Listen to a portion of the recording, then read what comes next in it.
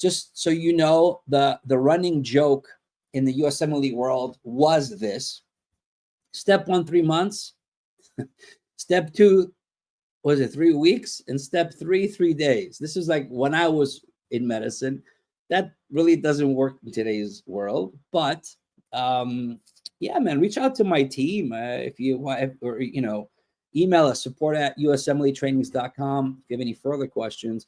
But typically you have to give yourself a good chunk of time, because you have to understand, if you will just start doing questions, if you jump in and start answering questions and you realize, uh-oh, I'm not familiar with the details, I'm not exactly familiar, and I feel lost, that could be a sign that you might have to step back a little bit and go over material. All right. So yeah, I mean, follow us. Let us know if we can help you in any other way. But give yourself, if you want to take step 1, step 2, and you are a physician and you're not in med school, meaning you're practicing in Greece or somewhere around the world, typically IMGs or physicians that need to come to the States to eventually get into residency, I would say comfortably 6 months to a year.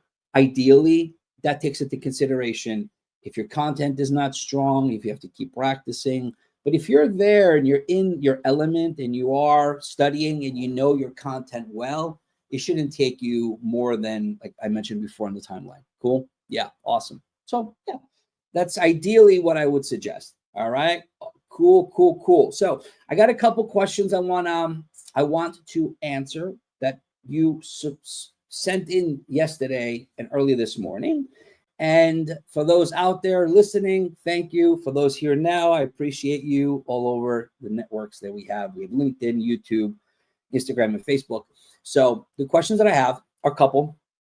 And again, I will do these Q&As throughout the week, maybe on Saturdays, not exactly sure. You need to keep following me, set up the notifications so you get notified that, hey, I'm jumping on like you are right now, so I could answer live, because I'm not AI. I'm still skin and bones. Eventually, AI is going to take over a lot. But until then, we're still connecting virtually with each other. So please tap into what I got, 10 plus years of experience that I can answer you. So at least you can take something from this and say, well, instead of just doing what everybody else is doing, it could work for you. I need to do what's best for me. All right. So I have a couple questions. What is a good score to shoot for on NBME and assessments? That's a good question that came in yesterday evening.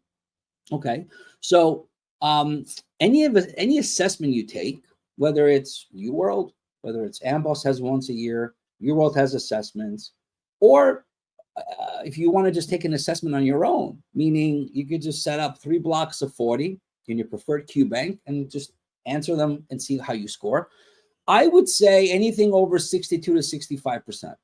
That's fair, right? Because if you're scoring consistently over 62% on random timed, that's a good sign that you know the material, right? You're doing well.